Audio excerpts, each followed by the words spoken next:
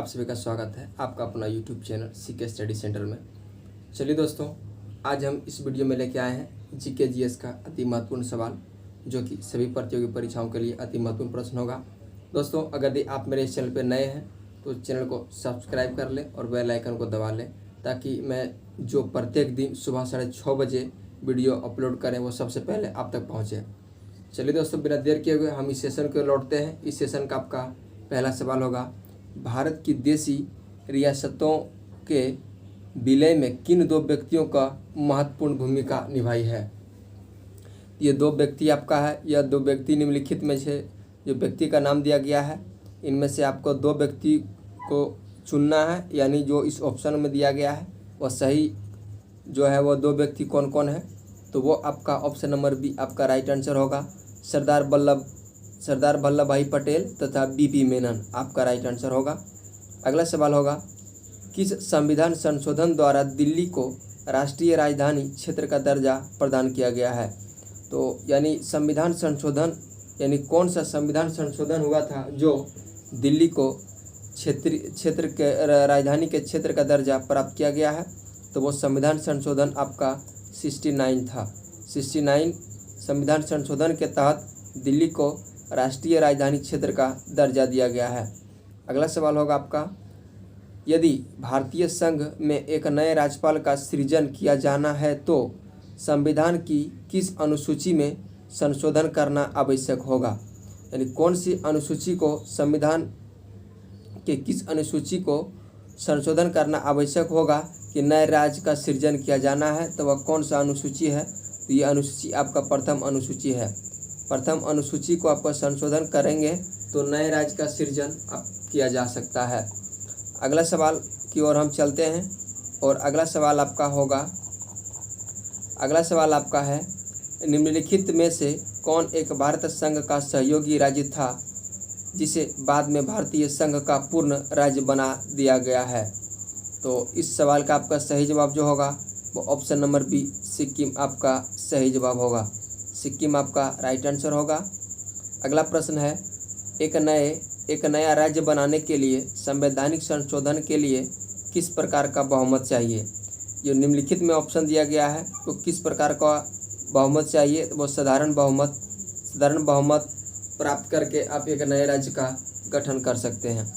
अगला सवाल की ओर हम चलते हैं और आपका अगला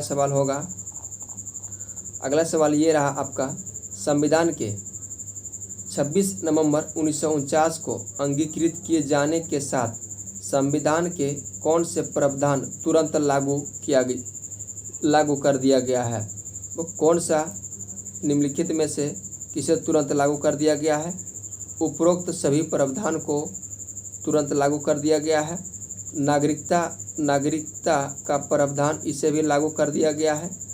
चुनाव संबंधी प्रावधान इसे भी लागू कर दिया गया है और अंतरिम संसद संबंधी प्रावधान इसे भी लागू कर दिया गया है। तो आपका जो सही जवाब होगा वो ऑप्शन नंबर डी यानी 4 आपका सही जवाब होगा। 4 आपका राइट आंसर हो जाएगा। दोस्तों, ये नहीं आप लोग समझेंगे, इसे आप लोग हम डी लिख देते हैं। डी आपका सही जवाब होगा। अगला सवाल की ओर बढ़ते हैं और आपका अगला सवाल होगा, निम्नलिखित में कौन सा युग्म सुमेलित नहीं है, यानी गलत कौन है आपको यह बताना है। तो ये गलत आपका ऑप्शन नंबर सी जो है वो गलत है। अनुच्छेद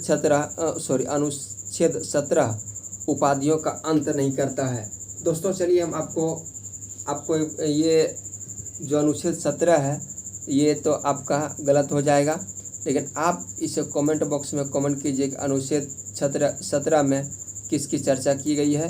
तब तक दोस्तों हम वेट कर लेते हैं थोड़ा सा कि आप लोग क्या बताएंगे इसका आंसर में।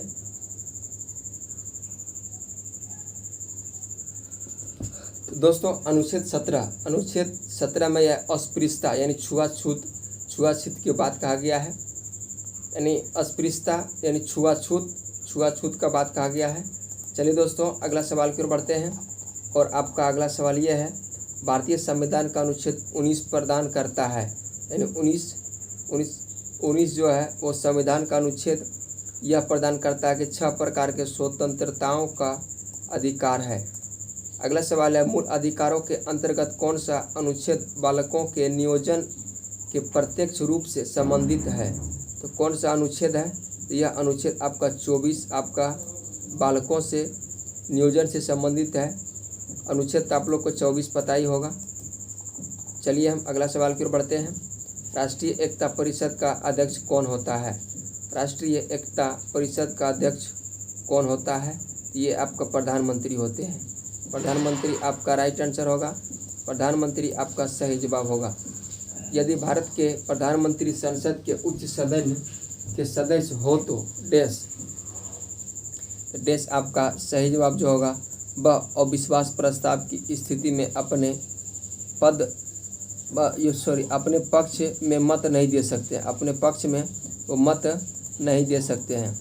अगला सवाल आपका ये है, उप प्रधानमंत्री का पद का सृजन है। उप प्रधानमंत्री पद का सृजन आपका है जो है संविधान के प्रावधानों से हटकर हुआ है। हटकर ये हुआ है, संविधान के प्रावधानों से यह हटकर हुआ है। अगला सवाल है, निम्नलिखित संविधान संशोधन में से कौन सा एक स्पष्ट करता है कि मंत्रिमंडल के कुल मंत्रियों की संख्या प्रधानमंत्री को सम्मिलित करते हुए लोकसभा के सदस्यों की कुल संख्या का 15% अधिक होती है?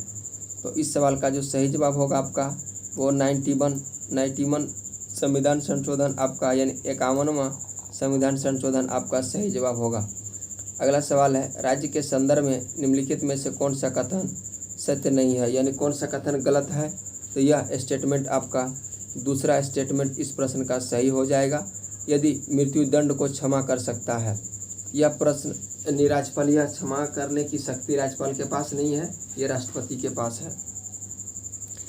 संविधान के किस अनुच्छेद द्वारा राज्यपाल राष्ट्रपति को विचार के लिए किसी विधेयक को आरक्षित रख सकता है?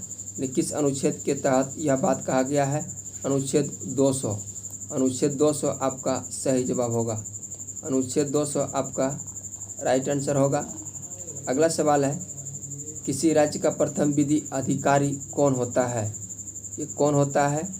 तो आपका सही जवाब जो होगा वो आपका सही जवाब महाअधिवक्ता। महाअधिवक्ता आपका राइट आंसर होगा। ऑप्शन नंबर बी आपका सही जवाब है। मुख्यमंत्री के संबंध में निम्नलिखित कथनों में कौन सा सत्य नहीं है, यानी कौन सा गलत है? तो ये आपका ऑप्शन नंबर ए गलत है। ऑप्शन नंबर ए गलत है। वह सामान्यतः राज्यपाल द्वारा चयनित होता है, ये गलत बात है। ये राज्यपाल के द्वारा चयनित नहीं होता है। अगला सवाल की ओर हम चलते हैं और अगला सवाल आपका होगा, अगला सवाल आपका ये रहा, भारत में किसी राज्य की राज्यपाल बनने वाली पहली महिला कौन थी? पहली महिला कौन थी? आपका ये है सरोजनी नायडू, ये उत्तर प्रदेश से है। राज्य में दूसरे सदन की स्थापना या उसे रद्द करने के संबंध में कौन सी प्रक्रिया सही है, यानी इनमें से कौन सी प्रक्रिया सही है? तो यह प्रक्रिया ऑप्शन नंबर सी सही है। संबंधित राज्य की विधानसभा द्वारा 2/3 बहुमत से पारित प्रस्ताव और संसद के पारित विधि द्वारा, यह आपका ऑप्शन नंबर सी सही जवाब होगा इस सवाल का। अगला सवाल की ओर चलते हैं। विधानसभा के विघटन के बाद भी उसका अध्यक्ष स्पीकर पद पर बना रहता है, इसका कारण क्या है? इसका कारण यह है कि विधानसभा के विघटन के पश्चात गठित विधानसभा के पहली बैठक के ठीक पहले तक ये है। अगला प्रश्न होगा आपका, यदि किसी राज्य की विधानसभा का अध्यक्षता पद त्यागना चाहता है, यानी अध्यक्ष पद को त्यागना चाहता है, वह अपना त्यागपत्र किसको सौंपेगा? विधानसभा अध्यक्ष। अगर यदि त्यागपत्र देना चाहता है तो वो किसको देगा? वो उपाध्यक्ष को देगा। अगला सवाल की ओर चलते हैं और आपका अगला सवाल ये रहा, भारत के किस राज्य में सर्वप्रथम महिला मुख्यमंत्री बनी थी? सबसे पहली महिला मुख्यमंत्री बनी थी तो वो आपका उत्तर प्रदेश की थी। चलिए दोस्तों, देखते हैं कमेंट में आप लोग इसे नाम बताइए, कमेंट में इसका नाम क्या था। अगला सवाल है, किसी राज्य के मुख्यमंत्री से संबंधित निम्नलिखित कथनों में से कौन सा गलत है, कौन सा सत्य नहीं है, यानी कौन सा गलत है। तो आपका सही जवाब जो होगा वो आपका सही जवाब हो जाएगा ऑप्शन नंबर सी। जो नीचे स्टेटमेंट दिया गया है उनमें से यह गलत है। राज्यपाल मुख्यमंत्री की सलाह पर अपनी समस्त कृतियों का प्रयोग करता है, यह गलत है। अगला सवाल की ओर हम चलते हैं और आपका अगला सवाल यह है, किसी राज्य की विधान परिषद में राज्यपाल द्वारा कितने सदस्यों को मनोनीत नहीं किया जाता है।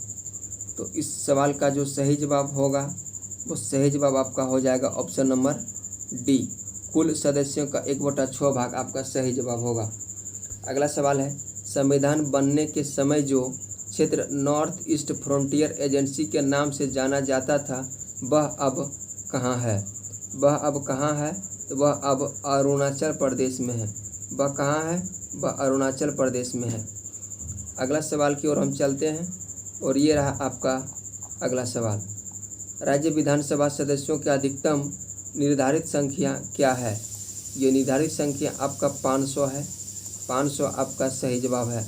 राज्य के वित्तीय लेखाओं पर नियंत्रण रखता है, तो आपका उपरोक्त में से कोई नहीं, ये कोई नियंत्रण नहीं रखता है।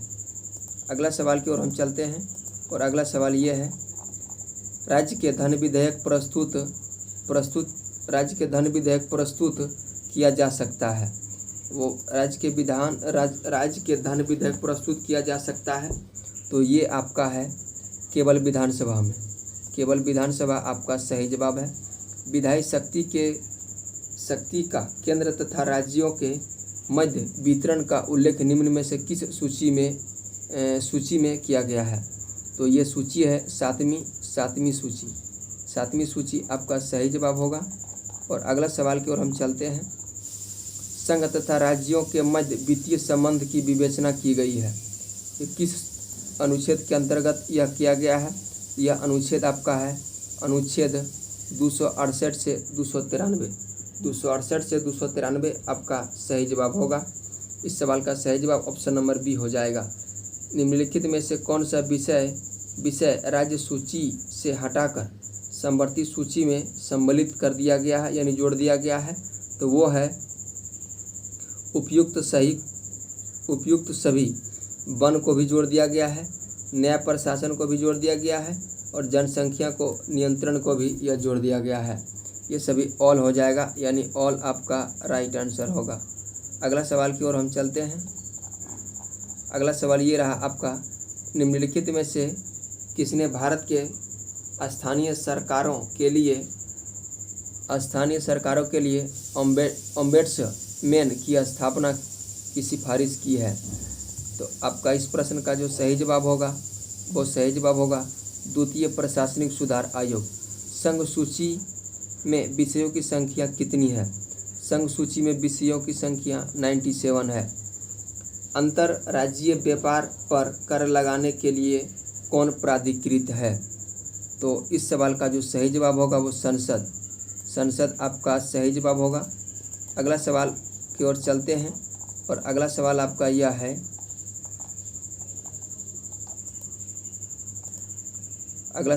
यह है, भारतीय संविधान का अनुच्छेद 249 संबंधित है। भारतीय संविधान का अनुच्छेद 249 किससे संबंधित है। तो ये संबंधित आपका है राज्य सूची के विषयों के संबंध में सदस्य की विधायी शक्ति से आपका सही जवाब होगा। अंतर्राज्यीय परिषद का गठन से संबंधित अनुच्छेद कौन सा है। निम्नलिखित में से यह अनुच्छेद आपका 263 आपका सही जवाब होगा। अगला सवाल है, क्षेत्रीय परिषद का सृजन हुआ है। ये संसदीय कानून द्वारा आपका सही इस प्रश्न का सही जवाब हो जाएगा संसदीय सृजन व संसदीय संकल्प द्वारा। अगला सवाल है, संविधान के किस प्रावधान में कहा गया है कि विधि के प्राधिकार के बिना ना तो कोई कर लगाया जा सकता है और ना ही एकत्रित किया जा सकता है। तो इसका सही जवाब जो होगा आपका वो सही जवाब है। सही जवाब अनुच्छेद 245 आपका राइट आंसर होगा। उच्चतम न्यायालय में संविधान के निर्वाचन से संबंधित मामले की सुनवाई करने के लिए न्यायाधीशों की संख्या कितनी होती है? ये न्यायाधीशों की संख्या 5 होती है। न्यायाधीशों की संख्या 5 होती है। अगला सवाल की ओर हम चलते हैं और आपका अगला सवाल यह है। अगला सवाल आपका है संविधान के संविधान के किस अनुच्छेद के अंतर्गत न्यायालयों द्वारा संसद के कार्यवाही की जांच की प्रतिबंधित किया गया है? यानी कार्यवाहियों की जांच की गई है वो संविधान का किस अनुच्छेद में किया गया है? इस संविधान का अनुच्छेद 122 में किया गया है। संविधान के अनुच्छेद 122 में किया गया है। अगला सवाल है चुनाव के मत देने तथा निर्वाचित होने का अधिकार निम्नलिखित में से किसे है? तो निम्नलिखित में से ये आपका एक कानूनी या विधिक अधिकार है। एक कानूनी या विधिक अधिकार है। अगला सवाल आपका है भारत में आम चुनाव किस सिद्धांत पर आधारित है? भारत में आम चुनाव प्रादेशिक प्रतिनिधित्व पर आधारित है। अगला सवाल आपका यह है। अगला सवाल आपका राष्ट्रीय राजनीतिक दल वह होता है जो कुल वैध मतों का 6% प्राप्त कर लिया होता है। तो इस प्रश्न का जो सही जवाब आपका होगा वो 4 या अधिक राज्यों में आपका सही जवाब होगा। अगला सवाल की ओर हम चलते हैं और आपका अगला सवाल ये रहा निम्नलिखित में से कौन प्रतिनिधित्व सरकार का अभिव्यक्ति करता है? तो ये अभिव्यक्ति आपका अप्रत्यक्ष लोकतंत्र आपका सही जवाब हो जाएगा। अगला सवाल आपका ये रहा निम्नलिखित में से कौन सा कार्य निर्वाचन आयोग कार्य क्षेत्र से नहीं आता है? तो ये कार्य क्षेत्र भारत का प्रधानमंत्री का चुनाव कराना ये निर्वाचन आयोग के क्षेत्र से संबंधित नहीं है, यानी इसके कार्य में यह नहीं आता है। अगला सवाल आपका होगा चुनाव आयोग के किस अनुच्छेद के अंतर्गत स्थापित किया गया है? तो ये आपका सही जवाब जो होगा वो अनुच्छेद 324 आपका सही जवाब है। अनुच्छेद 324 आपका सही जवाब है। अगला सवाल आपका निम्नलिखित में से असत्य कथन कौन है? यानी निम्नलिखित में से गलत कौन सा स्टेटमेंट है? तो गलत जो स्टेटमेंट आपका है वो गलत स्टेटमेंट ऑप्शन नंबर बी आपका स्टेटमेंट गलत है। स्टेटमेंट है अनुच्छेद 325 में मतदाता की न्यूनतम आयु 18 वर्ष निर्धारित किया गया है। दोस्तों ये गलत है। बाकी बात ए, सी और डी आपका ऑप्शन नंबर सही है। भारतीय संविधान के किस अनुच्छेद के अंतर्गत अखिल भारतीय सेवाओं का गठन का प्रावधान किया गया है? तो यह जो प्रावधान किया गया है वो अनुच्छेद 312 में यह प्रावधान किया गया है। अनुच्छेद 312 में यह प्रावधान किया गया है। अगला सवाल है मोसाद क्या है? मोसाद क्या है यह आपको बताना है। तो मोसाद आपका इजराइल की खुफिया एजेंसी एक है जिसे मोसाद के नाम से जाना जाता है। भारत की पहली बार राष्ट्रीय आपातकाल कब घोषित किया गया है? तो सबसे पहले भारत में राष्ट्रीय आपातकाल 1962 में घोषित किया गया है। तो चलिए दोस्तों ये रहा था आपका 50 अति महत्वपूर्ण प्रश्न जो कि सभी प्रतियोगी परीक्षाओं के लिए अति महत्वपूर्ण प्रश्न है। चलिए दोस्तों हम मिलते हैं फिर नेक्स्ट वीडियो में। तब तक के लिए बाय। All the best. आपका दिन शुभ हो।